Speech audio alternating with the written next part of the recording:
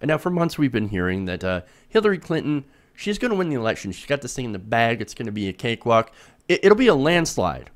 Yeah, there are certain reporters that are reporting, oh, no. Hillary Clinton will win 2016. She'll crush Donald Trump, and she will do so in a landslide. It'll be a huge, huge victory. Don't worry about that Trump guy. He's crazy. Americans would never vote for somebody who is xenophobic, who's racist, who regularly incites violence at his rallies. The American people, they're not going to go for that. No. They're gonna make the safe choice. Cooler heads will prevail. They're going to forget about all the things that make them angry, the establishment, the trade deals, all that stuff. And they're going to line up. They're going to fall in line behind Hillary Clinton. And it's going to be a landslide. The polls suggest otherwise. Now, I have a breakdown of not only some national polls, and these are very recent. These are some of the new polls. And I've also got some very disturbing swing state polls. And then I want to break down what the fuck is happening. I mean, what's going on? Why are these polls looking so tight? And in some cases, very favorable for Donald Trump. Now, as I said, let's look at some of the national polls first. Now, September 19th, right? A new general election poll, which this is from LA Times USC tracking. Now, it has Clinton at 41%, Trump 48%. This is just Clinton versus Trump, okay? Now, there are other polls where they include Gary Johnson and Jill Stein, as I'm actually going to point out. But first, Fox News poll. Clinton 45, Trump 46. Well, it's much closer than the LA Times USC tracking poll, at least. But that's a Fox News poll. And it has Trump up by 1. Not a big surprise. It's Fox News. But still, not good for Hillary Clinton. Now, the same Fox News poll that included Gary Johnson and Jill Stein, you had still Clinton 41, Trump 40, Johnson 8, and Stein at 3. Okay. Let's go to the next poll here, right? CBS New York Times poll. It has Clinton 42, Trump 42, Johnson 8, and Stein at 4. So you're looking at a statistical tie here, right? The same New York Times CBS poll without third-party options has Clinton up by 2. Okay. Rasmussen, very, very conservative polling organization, has Clinton 40, Trump 42, and then Quinnipiac, Clinton 41, Trump 39, Johnson 13, and Stein at 4.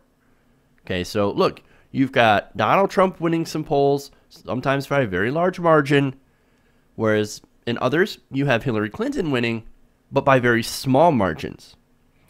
Now, the Quinnipiac poll that doesn't have Johnson and Stein actually has Clinton up by 5, which is probably one of the biggest leads. It's actually the biggest lead that I have here on this list of polls that are from September 15th, right? We had September 19th today, okay, some polls that came out today, and then September 18th, and then September 15th. So these are very, very recent polls, okay? And they show some pretty big changes. They show a lot of them Donald Trump winning, and some of them with Hillary Clinton winning. Okay. Now, one of the last ones is here is the Reuters Ipsos poll, right? That has a tie with Stein and Johnson included, and Clinton up by 1 without them. Okay. So those are national polls. Now, you might be thinking, oh, dude, you're rattling off polls and everything. But look, hey, they don't matter. Look, if you had said that 5 months ago, 3 months ago, maybe even 2 months ago, I'd be like, okay, yeah, okay, right. They don't matter as much. We're 7 weeks away from the election. 7 weeks. If you're still saying, yeah, polls don't matter, well, then you know nothing about politics. They do matter. And Clinton should be absolutely worried. And it gets worse when you get into the swing state polls. Now, in Ohio, very, very important swing state. And this is a Suffolk poll, okay? This has Trump 42, Clinton 19, Johnson 4, and Stein at 1. Okay. So, Clinton not doing well in Ohio. Florida poll from CNN ORC. Trump 50, Clinton 46. That's a lead of 4 points by Donald Trump. Now, the only good one here from the swing state is Pennsylvania, which has, it's a morning call poll, okay, that has Trump versus Clinton versus Johnson versus Stein. Now, you have Clinton at 40, Trump 32, Johnson at 14, and Stein at 5. That is a net gain of 8 points. She's looking pretty good in Pennsylvania. Now, as I said, these are some of the most recent polls, and polls can change. So, I mean, there's always that caveat, right? And it all really depends on, you know, if Clinton has a bad week or if Trump has a really good week. And it'll fluctuate based on that. But the whole point is, this is really close. Since it has to depend on those fluctuations, you don't have a clear winner. This is way too close. Way, way too close. Now, what that tells me is that what the Clinton campaign is doing is not working. Now, what have they been doing? Well, they've been going out and attacking Donald Trump. Now, that's pretty easy to do, right? That's low-hanging fruit at this point.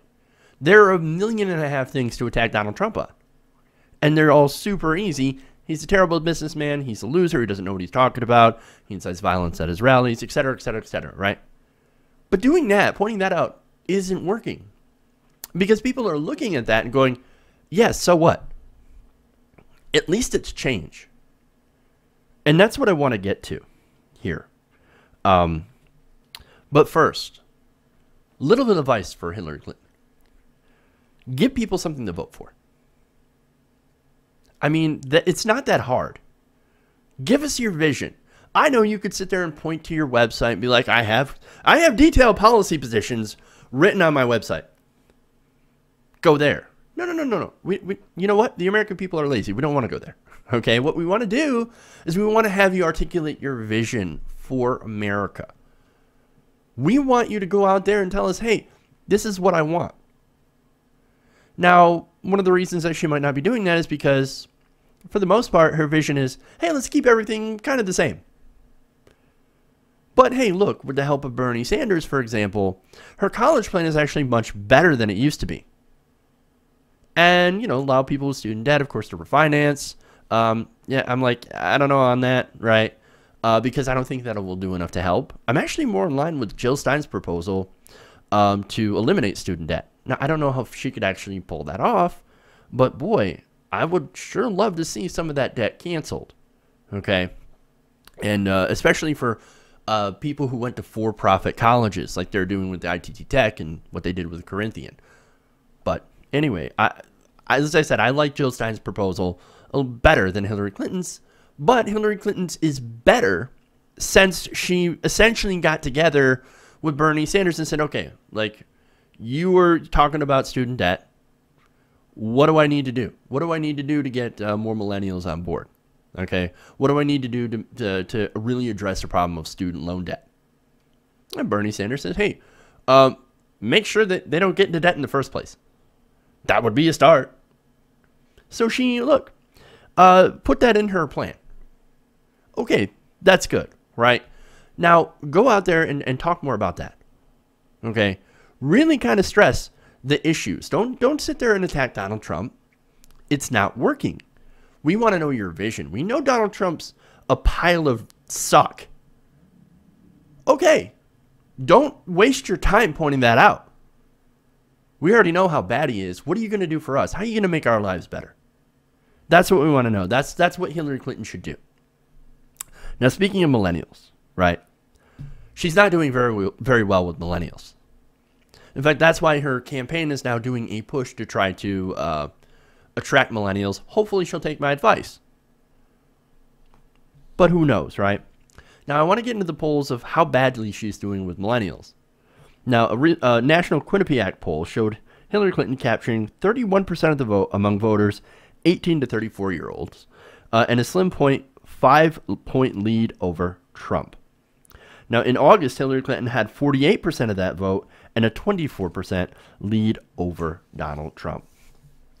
Fox News poll of the national electorate showed Hillary Clinton winning 37% of the youth vote and leading Donald Trump by 9 points.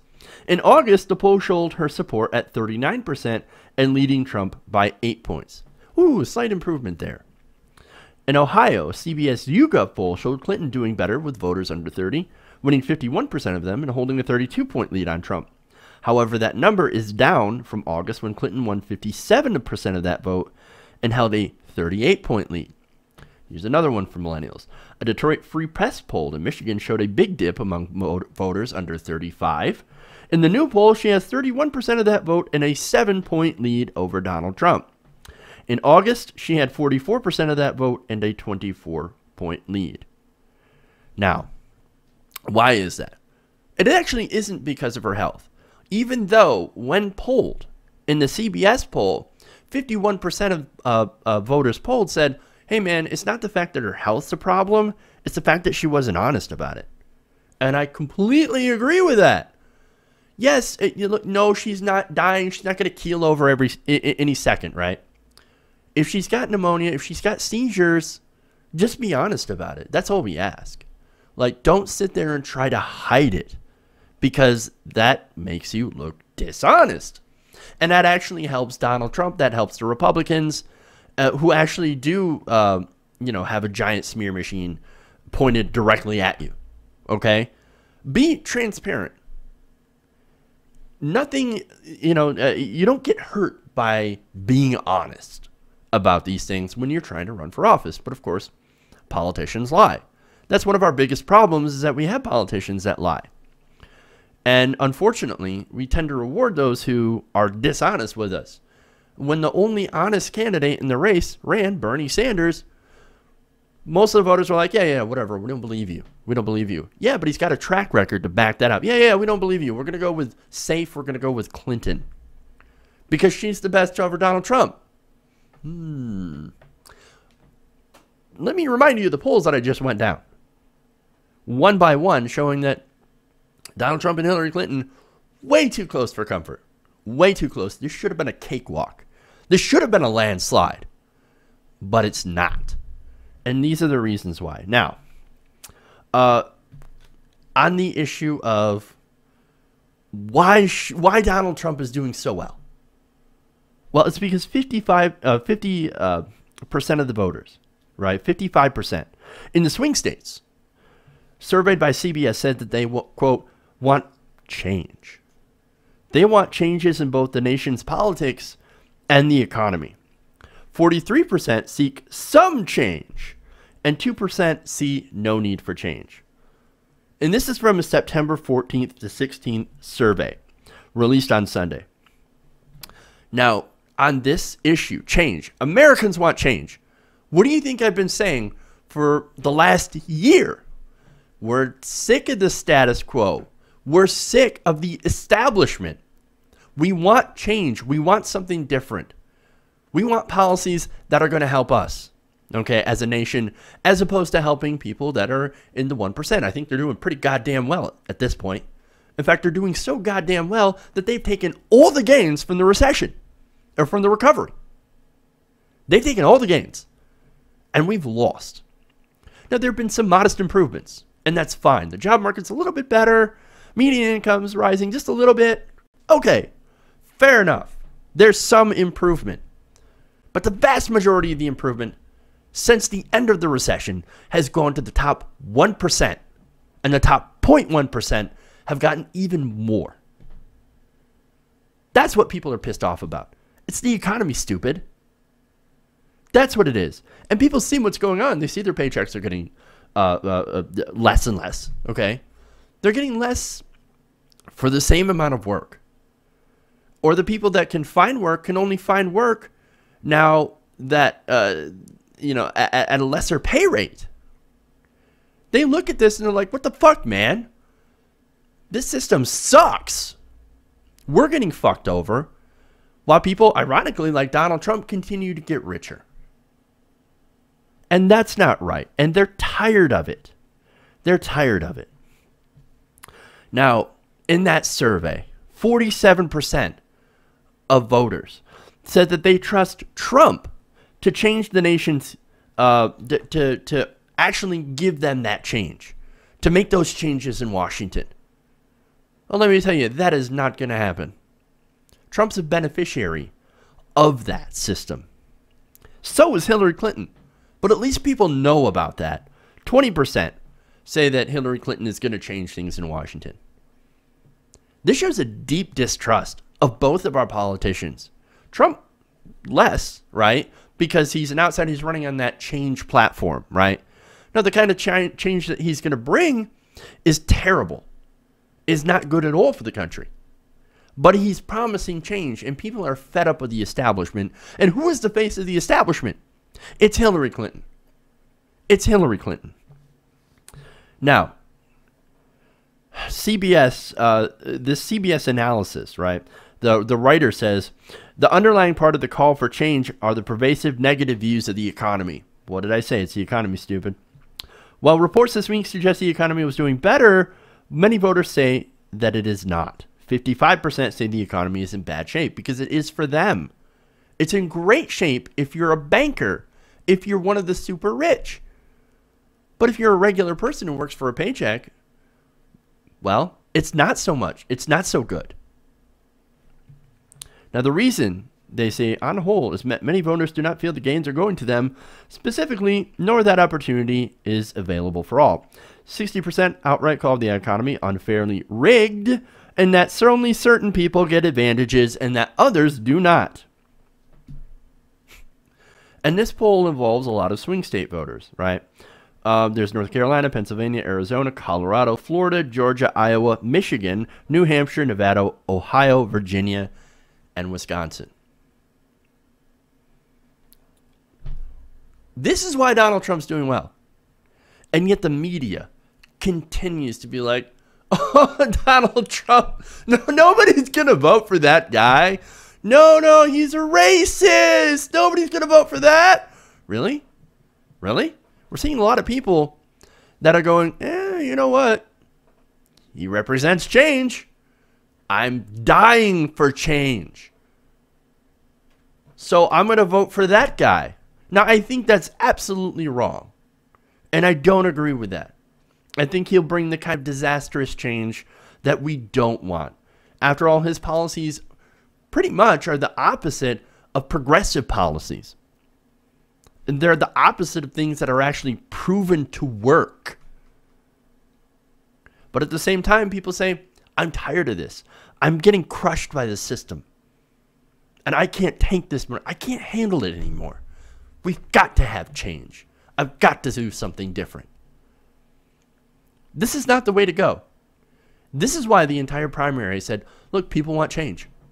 People want change. So DNC, nominate Bernie Sanders. Nominate Bernie Sanders. He'll actually bring positive change.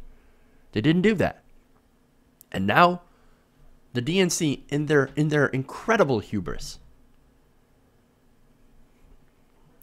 are still denying reality and saying, look, Donald Trump can't win. Donald Trump, we nominated the safe choice.